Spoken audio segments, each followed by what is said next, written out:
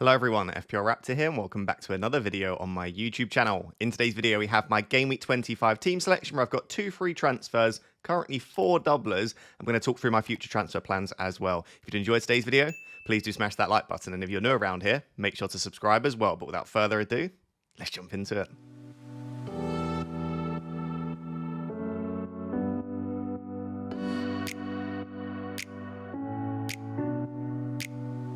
So guys, the longest game week of all time finally comes to an end in Game Week 24. And because it took so long to finalise, I don't want to go through it in too much detail, but just to briefly review Game Week 24 and show you where my team's at before we then look ahead to Game Week 25.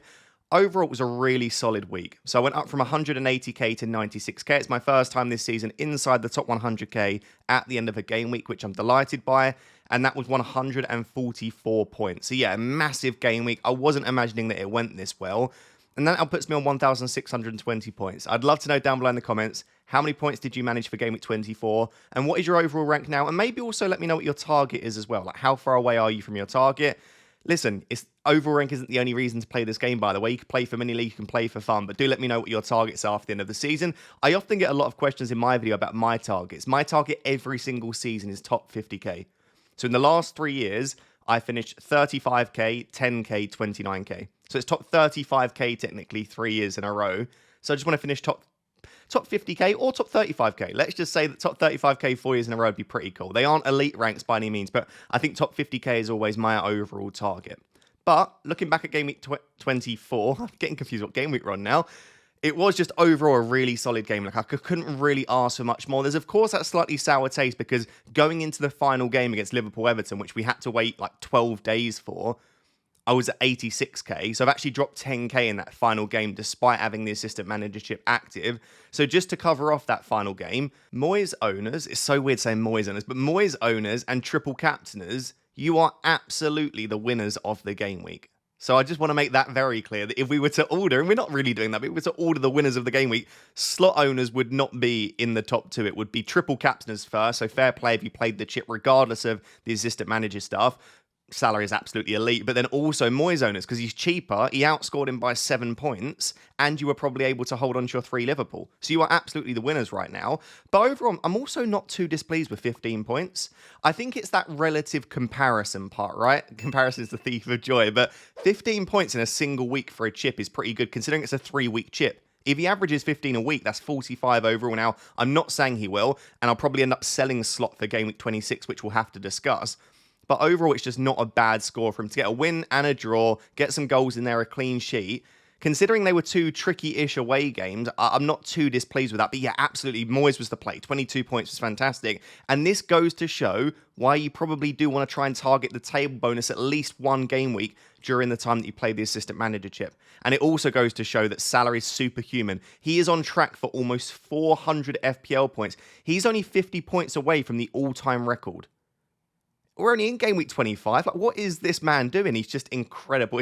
It has sort of ruined captaincy a little bit because everyone captains him anyway. And he's going to once again hurt my rank despite captaining him because lots of people will once again activate their triple captainship. So yeah, Salah's just the GOAT of FPL. I think it will be difficult to ever beat Salah in FPL from sort of a legendary perspective. Outside of that, in terms of the doublers, Trent obviously got the clean sheet in the first game, then came off the bench in the second game. And that's the big win here, is that ahead of Game Week 25, it was nice to see him get minutes off the bench. So you would hope that he starts at least 1 in the double next week and hopefully starts both of them. And then obviously Pickford was my only other doubler. 10 points is great. An assist, a clean sheet in the first one. Obviously only got 1 point against Liverpool. But if you'd have offered me 10 points for Pickford at the start of the game week, I would have absolutely taken that. So yeah, the doublers actually did really well for me. They all got returns. And like I said, I'm not too displeased with the slot 15 pointer, especially having him in place for next week. Other wins was obviously Mateta and Munoz against my own team. I know how bad Manchester United can be. Very, very inconsistent. And for them to get 24 points was probably more than I expected. But Mateta is just elite. Like, when he goes on these goal-scoring runs, he's a very streaky player. We saw that at the end of last season. And when he gets on a run, he does very well. Munoz, the attacking returns have been coming for so long now. The positions this man picks up are so good. And on top of that, Crystal Palace really are improving defensively. And then the only other big mention is obviously Chris Wood getting that hat-trick right at the start of the game week. It feels like so long ago now, but that man continues to deliver. The disappointments, of course, Isak, Rodgers, and Burmo. Rodgers is the real disappointment. That's 3 1-pointers in a row in the Premier League. And if you look outside the Premier, you've got the hat-trick in the Champions League and then a golden assist against Spurs. He's literally doing it in every competition other than the Premier League. So please, Morgan Rodgers, in Game Week 25, can you do it in the Premier League, please? Also, assist on the bench for Enzo and Robinson. But yeah, overall, I would say that is about as successful as a game week could be. Again, let me know how you got on in Game Week 24. Let's now turn our attention to Game Week 25. So guys, moving on to Game Week 25, finally a new game week. I've got 2 free transfers and 0.2 million in the bank. And throughout the video, I'll discuss future plans. And then at the end, I'm also going to look at sort of the lead up to blank Game Week 29, because I currently have quite a few players blanking in 29. And again, we will discuss this, but I feel like if you've not got many players, let's say 2, 3, 4 that are blanking in 29, it's nice and easy to deal with. Equally, if you've got like 10 or 11, then you probably are just going to free hit. But if you're in the position that I'm in, which is I think I've got 6 players that are blanking in 29, you're in that really awkward in-between stage where you could fully justify a free hit, but you could also probably get there with your free transfers. So if you're wondering about how to build up to that blank game week in 29, I will discuss that towards the end of the video as well. But yeah, let's go through the team. So at the moment, the team is rated at 96%, according to Fantasy Football Hub. As always, if you want access to the team rating, the planning ahead, or any of the data I use in my videos, there is a link down below to Fantasy Football Hub for 30% off. So let's start with Arne Slot. I normally start with the goalkeepers, but let's start with the assistant manager because it's nice and easy. I will be keeping Slot for Game Week 25, and I'll almost definitely be transferring him out for Game Week 26. A lot of people are saying they'll just keep him for the City game, and to be honest, Liverpool almost definitely will beat City in that game, but it is also a game against Man City, and you just never know. And I just don't feel like the upside is massively there for me. And because I'm not getting a table bonus for the first 2 game weeks, I think at the moment, my plan is to probably chase the table bonus for Game Week 26. And if I don't chase the table bonus for Game Week 26, I might end up going to someone like Arteta against West Ham. If at that point Arsenal look a little bit more secure, although with the injuries they've got, maybe not. But I might either essentially go after the table bonus or what I feel is a more secure win. We'll discuss that in 26 or ahead of 26, but as of right now for this game week, I'll of course be keeping Arne Slot. The Wolves game feels pretty good, although Wolves have definitely improved under Vitor Pereira. It does feel like that Aston Villa game is the one that could catch him out, and a lot of people will obviously go for Unai Emery, and I'm going to be sat there hoping once again in a similar situation as the Moyes one, that Unai Emery and Aston Villa get nothing against Slot. But I'm obviously not going to transfer him out. So that's the situation with Arne Slot. By the way, if you've got David Moyes, I'll discuss this more in tomorrow's video. I'll just move to Unai Emery. We've seen how well it can go. If Emery gets anything against Liverpool, he's going to outscore Slot. So I would probably just go to Unai Emery. Let's then go for the goalkeeper because once again, nice and easy. Jordan Pickford will be staying for the foreseeable future. You see those fixtures underneath the Crystal Palace one? The end is the Game Week 29 fixture. So he's got West Ham at home in Game Week 29. It's a really solid fixture in the blank. Over the next 4, they're not brilliant fixtures. 3 of them are away, but I can see clean sheets there for Everton. And honestly, they're playing really well under David Moyes. So I'm really happy to have Jordan Pickford. He'll see me through until at least Game Week 30, and I am eyeing up a possible wild card around Game Week 30 or 31. So Pickford for at least the next 5 game weeks will serve me well. And obviously Fabianski on the bench currently doesn't have his place in the starting 11, but that really doesn't matter. Moving on to the defence, I'm actually okay with the defence right now. So Gabriel against Leicester, really good fixture for him. Feel like a bullet header is inbound for him very soon, although without Saka, I feel like they are missing that excellent delivery from that side. But overall, Gabriel is not a player I want to take out. I still think Arsenal will be good defensively, despite all of their injuries in the attack. And by the way, they have been ravaged by injuries in the attack, but defensively, I think they'll still be really solid. So Gabriel is good. Munoz against Everton at home. I mean, the next 4 fixtures against Everton, Fulham, Villa and Ipswich, 3 of them being at home. They are very good at Selhurst Park. I feel pretty comfortable having and starting Munoz pretty much every game week. And I also do have Anthony Robinson on the bench that I can rotate in. The only reason I've got Munoz starting ahead of Robinson is first, I do still think Munoz has more goal threat, whereas Robinson has more assist threat. I think Fulham are a slightly better defence than Palace, but I have Chris Wood at the moment in my starting 11, and I don't have any Everton players, or Everton attackers at least. So for me, it makes sense to just not hedge my bets and go all in on the fact that I hope that Forest score, which means Robinson will lose his clean sheet, and probably get another assist on my bench. I think I've benched like 5 of Robinson's assists this season. But anyway, In fact, it's more 6 assists I've benched for Robinson this season. But yeah, Munoz against Everton at home is going to be the one for me. I might move Robinson to first sub, by the way, so don't get too tied to the bench order. But overall, I think that's a really nice pairing still, Munoz and Robinson. And then Vandenberg can just sit there. He's got Bournemouth away in 29. If I end up having to start Vandenberg, I have looked at the possibility of doing like Vandenberg to Disasi. I've got exactly the money in the bank to do Vandenberg to Disasi. Is it an overly inspiring move? No. And it gives me another player that blanks in 29. And I know Vandenberg's not going to do much in 29, but he at least will get me appearance points if he plays. So, yeah, for the time being, I probably don't plan on touching those 4.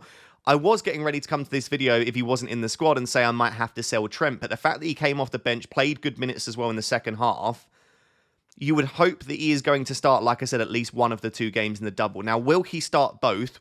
I don't know. Maybe let's see what Slot says in the press conference ahead of this weekend about Trent's fitness, because he said ahead of the game against Everton that Trent wasn't even close to starting. So that's not a good sign, right? We want him to say, yeah, he was almost available to start, but we decided to be a little bit more risk averse with it. He said he wasn't at all close, which does worry me slightly. But then I just come back to, is it worth a transfer right now? When transfers are very precious, I do need to start building for this blank game week. I don't think I want to utilise a free transfer selling Trent if I think there's a chance he plays both.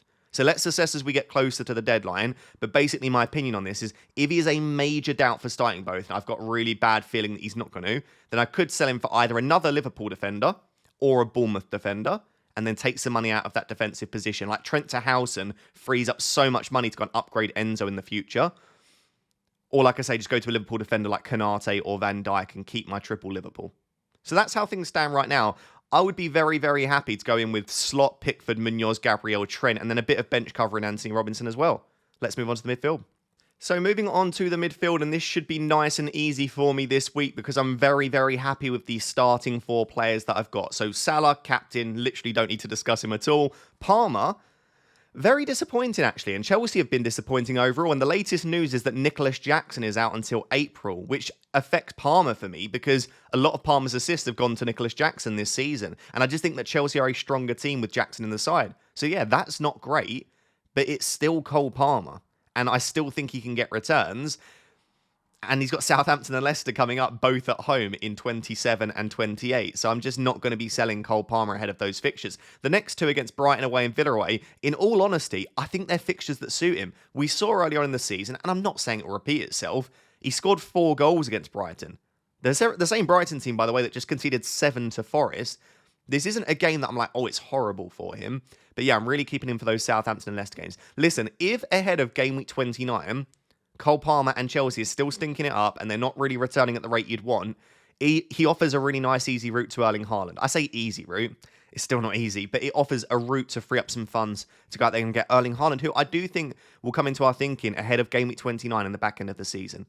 So I've got my eye on Palmer. I'm not happy with him not returning as much as you'd want, but at the same time, I don't feel a desperate need to remove him from my team. Mbeumo is one of those players that, like, when you don't own him, he scares you, and then sometimes when you do own him, he's a little bit frustrating. But the next 2 fixtures against West Ham, Leicester, even Everton, Villa at home after that, and he's got a fixture in 29, and he's on penalties, and he's on set pieces, and he gets 90 minutes, and Brentford is still a good attack. Like, all of the things that we love about Mbeumo still apply. So as much as, yeah, I want him to return more, and I'm disappointed that he didn't do anything against Spurs, he's still a player that I am very, very happy having in my team. Those 3 just feel like such elite assets because they take penalties, mostly take set pieces as well, really good minutes, good creativity, good goal threat, good finishers as well, the 3 of them. Like, I just think they're so good. And then I think if you have those 3, you want to partner them with Rodgers and a Bournemouth midfielder. Like, the ideal midfield for me right now would be Salah, Palmer, and Mbeumo, Rodgers, Bournemouth midfielder.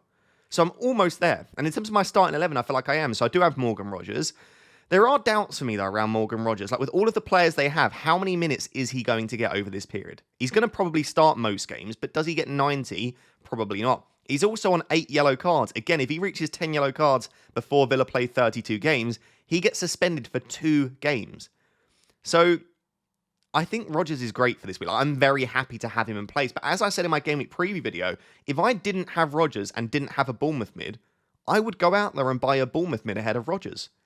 Because they have the fixture in 29. Overall, they have better fixtures across the next 5. And Rodgers has those doubts surrounding him, especially with the yellow card situation. But also, he's a great asset, but he's not like an exceptional asset. So, like, again, I'm very happy to have him, but I wouldn't have that desperate clamour or desire to go out there and get him if I didn't have him. If you've got an easy route to him, it's a double game week. Like, by all means, go and attack it. But I just think he's a good asset overall. And I am, again, happy to have him in my team. So, that midfield 4 is great. Enzo is somehow still in my team.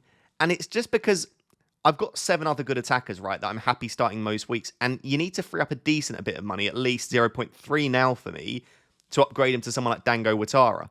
So, I'm actually very glad I've been priced out of this, because at the start of the game week, which was about, 85 years ago now, I had the money to do Enzo Fernandez to Dango Watara, because Watara was 5 million and Enzo's 4.8. He's selling value for me.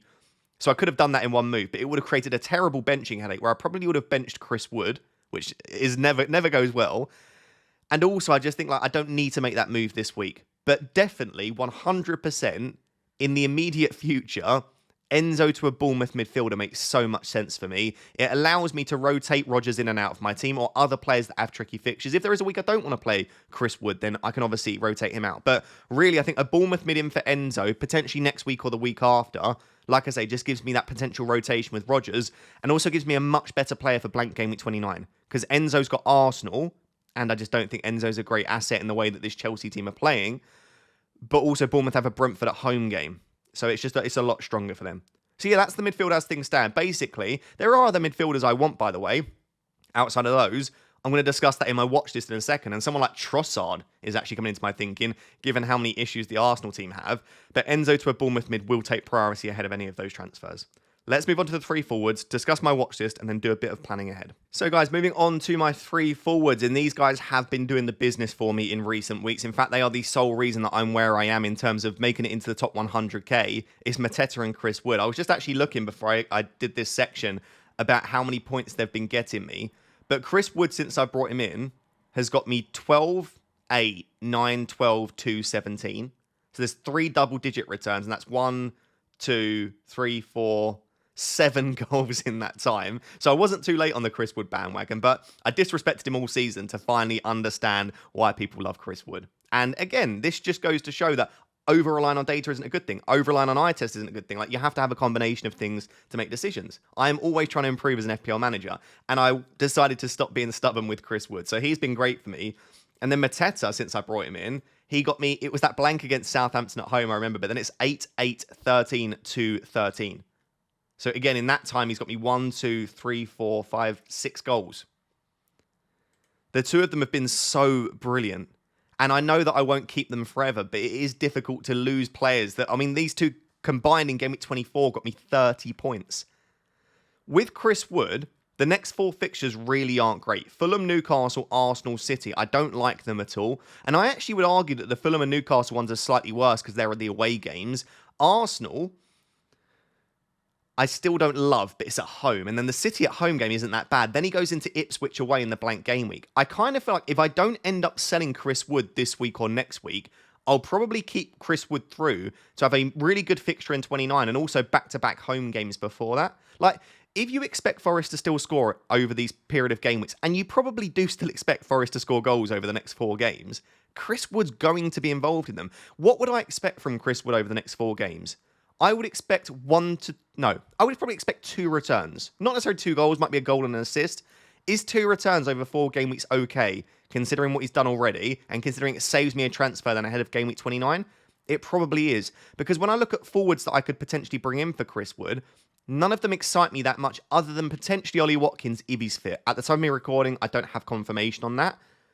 But I would then have to free up quite a lot of money. The only real route that I had to free up that money was selling Trent down to like a Bournemouth defender.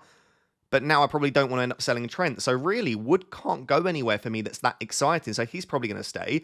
And on Jean-Philippe Mateta, I love the man. I want to keep him, obviously, for the next 4 fixtures.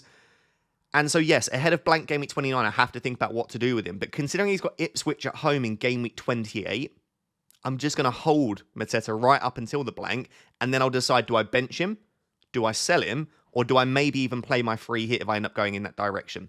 So basically, I think I'm just going to keep Chris Wood and Mateta, and why wouldn't I with the way that they've been performing? I've obviously got Alexander Isak as well. Lots of discourse this week over whether it's worth selling Isak to Watkins. Again, I said in my game week preview, I don't think it's a good move. I don't think it's a bad move. I think it's somewhere in the middle. It's not a move where I'm like, yeah, I love that move, selling Isak for Watkins. But I also wouldn't really criticize anyone that did it. It will obviously depend on Watkins' fitness, so I won't keep going over that in case at the time of you watching you already know. But I think even if he's fully fit, I don't think it's a move that I want to make right now. If Watkins had a fixture in 29 and the double, I would do it. Right? Because then I'm getting 2 extra fixtures essentially from him. But I just think Isak is so good. I think Isak's the second best player in the Premier League, I was going to say. I think he's top 3. I don't want to disrespect the likes of Parra and Saka, but Isak for me is the best forward in the Premier League. He's arguably one of the best forwards in world football. What can the man not do? And I know it's not about being a good footballer in FPL, but because of how good he is, he gets so many chances to score goals. His movement is exceptional. His dribbling is exceptional. His touch is great. He's good in the air. He can score from outside the box. He's on penalties. His minutes are good. And he's playing against a City team that literally cannot defend. So I see no reason why I wouldn't want to have Isak for this game. So basically, yeah, I think I'm going to end up keeping this front 3. Watkins is tempting. And if Emery comes out and says that he's fully fit and cleared, that will be the temptation for me. But other than that, I think the team is looking pretty good. So let's take a look at my watch list, then do a little bit of planning ahead, like I said, in the lead up to Blank Gameweek 29. So guys, moving on to my Gameweek 25 watch list. These are the players that I'm currently considering ahead of the double, but also the upcoming game weeks as well. What you can see probably by the watch list is that Bournemouth are the priority. And if you want to know why Bournemouth are the priority, let's jump over to the FPL site. Obviously, like I said, we've got this Blank Gameweek 29, we've got a double in 33. We don't know exactly when we want a free hit and wildcard. Bournemouth just cover you for absolutely everything. Great entry point this week, right? So regardless of what your strategy is right now, you get Southampton and then Wolves. So it's a great couple of fixtures. It's not like your target. Sometimes we bring in players for teams that have good fixtures in the distant future just to cover us. But you have immediately good fixtures here for Bournemouth. So that's a positive. The other positive is that they have a really good home fixture against Brentford in Game Week 29. So they also do cover you for Blank Game Week 29 if you choose not to free hit in that week. And I think a lot of people will choose to not use their free hit in the Blank Game Week. Not only do they have great immediate fixtures and they cover you in the blank though, then in Game Week 30, when a lot of people might be looking to wildcard, and I might myself, but I still don't know, let's say you don't wildcard, you always do fall slightly behind, usually at least, in the week where you don't wildcard, because everyone else can build a perfect team. Well, immediately, Bournemouth will cover you for that. So really, if you look right now, I would say for the remainder of the season, their fixtures are great, but until 34, there isn't a single bad fixture in there. You do them face Arsenal, Villa, at this point will City be good, and then they finish the season with Leicester. I just think Bournemouth just cover you for absolutely everything that you could need and more. And so for that reason, right now, if I'm bringing in any players, I want them to probably be Bournemouth players or a doubler this week. So Kirkes and Howson in defence. I did discuss again, if you've not seen the Game Week preview, by the way, I feel like it was a good one, but barely anyone watched it. So if you want to go watch the Game Week preview from yesterday, I'd compared Kirkes and Howson, but basically Howson has greater goal threat and greater baseline bonus, which means he's more likely to get you bonus points. So I think I would just save the 0.6 and go for Howson. So I'm looking at those two. Other defenders that I'm looking at, Konate and Van Dijk. That's assuming that we get something that makes me think that Trent doesn't start both. I could just move to another Liverpool defender.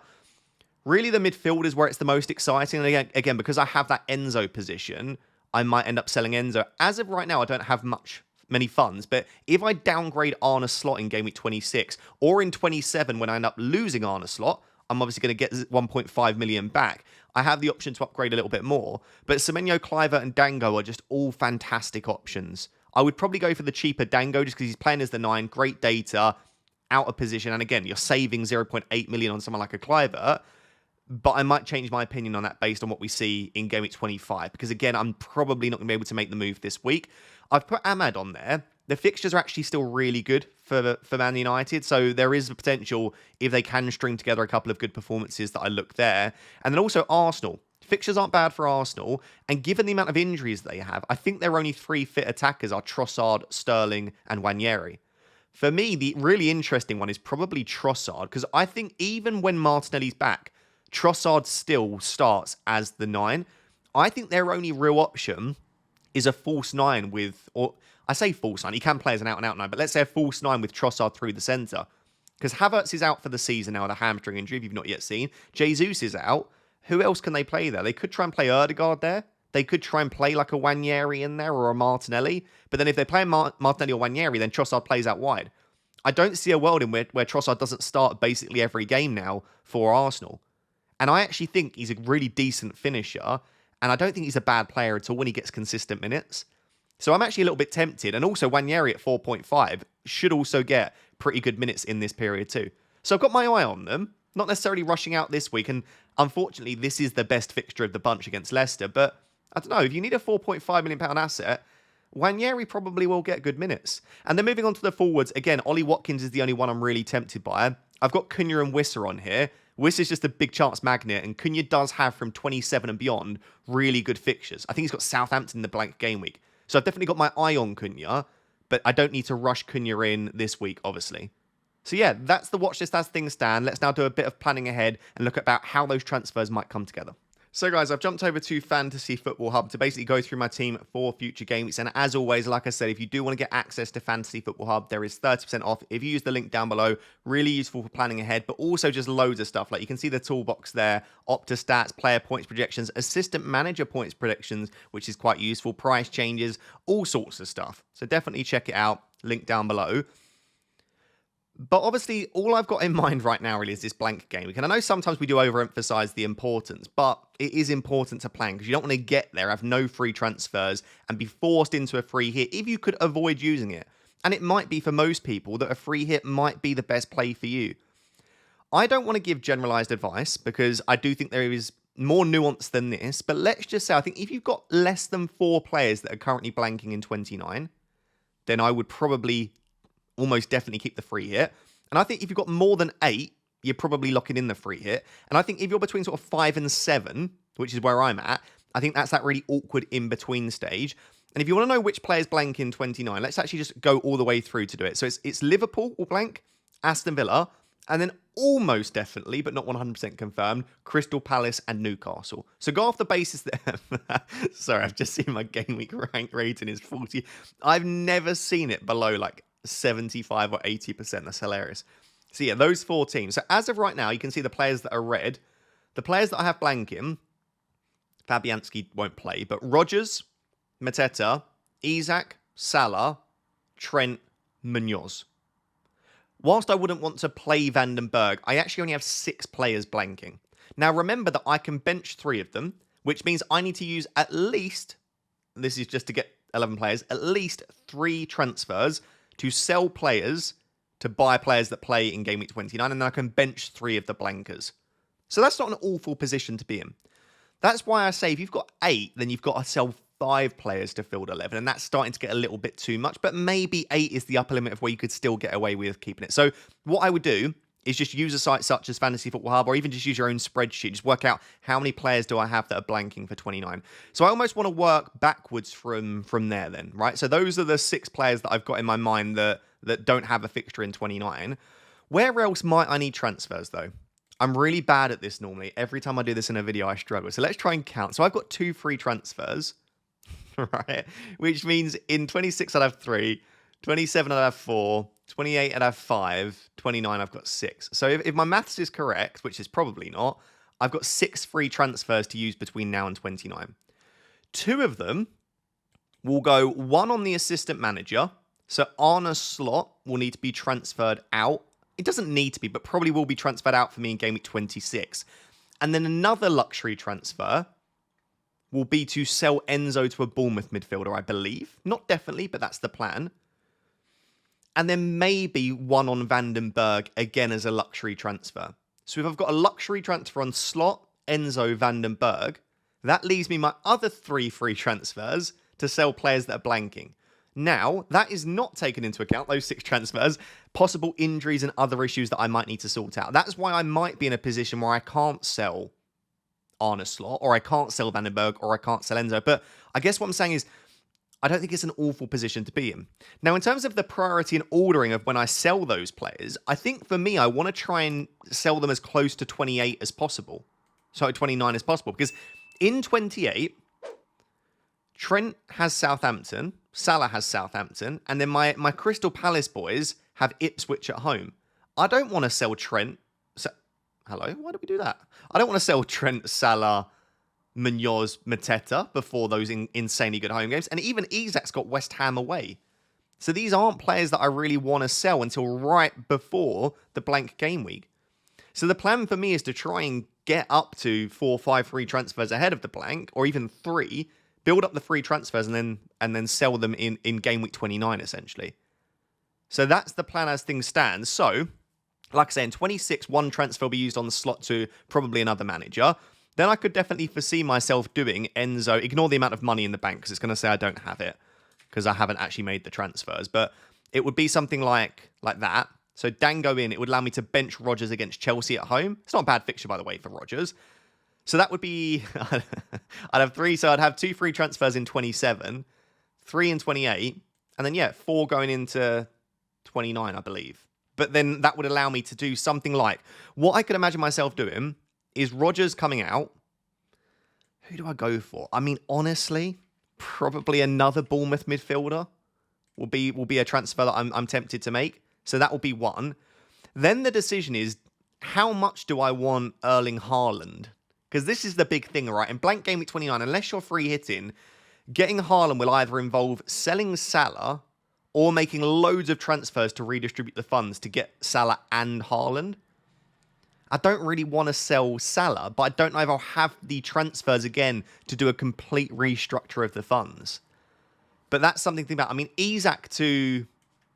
I'd want to keep Isak with the money tied up. This is not an easy decision to make, but Mateta to Cunha then. Mateta to Cunha is something that we could look at because he's got the Southampton game. I could even bench Munoz. The issue with Crystal Palace, right? This is just getting so messy now, but in game week 30, they've got Southampton away and then Brighton at home. So if I don't wildcard in 30, I've just sold Mateta when he's got Southampton next week himself. But you can see that let's just make those transfers for the time being. We could start to put together a really decent team if we want to, right? So Munoz can come to the bench. It's not great. It's really not. And a free hit would look stronger. But then anyone that free hits in 29, my team will hopefully look stronger in blank game week 34 if that's when I choose to play it. So I think I would have one further transfer after that to use on selling. Probably what I would do is sell Trent and then go to a 4 at the back and then bench Salah, Munoz and Isak. So something like this. And again, as boring as it is, I'd probably go for another Bournemouth player. So my team could look something along those lines for game week 29. But I mean, there is so much that will change between now and then. It's just to give you an idea of how I'm starting to think ahead for that blank game week. So actually, if we go back to my team on that graphic, this is the way the team lines up. Basically, the plan is to roll the transfer because I need the transfers coming up. And also, I think the team does look pretty solid, right? I've got my 3 Liverpool. I've got Rodgers. I've got some other decent players in there. I don't have any Bournemouth against Southampton. So if they absolutely smash Southampton 5 or 6-0, then it's probably going to be a red arrow. But overall, I'm pretty happy. Let me know what your plans are for game week 25. So guys, there you have it. That is my game week 25 team selection. Hopefully you did enjoy it. And if you did, please do smash that like button and make sure to subscribe as well. I'll see you tomorrow for a deadline decisions video and also a deadline stream. It's a Friday deadline. Don't miss it. Thank you very much. Bye-bye.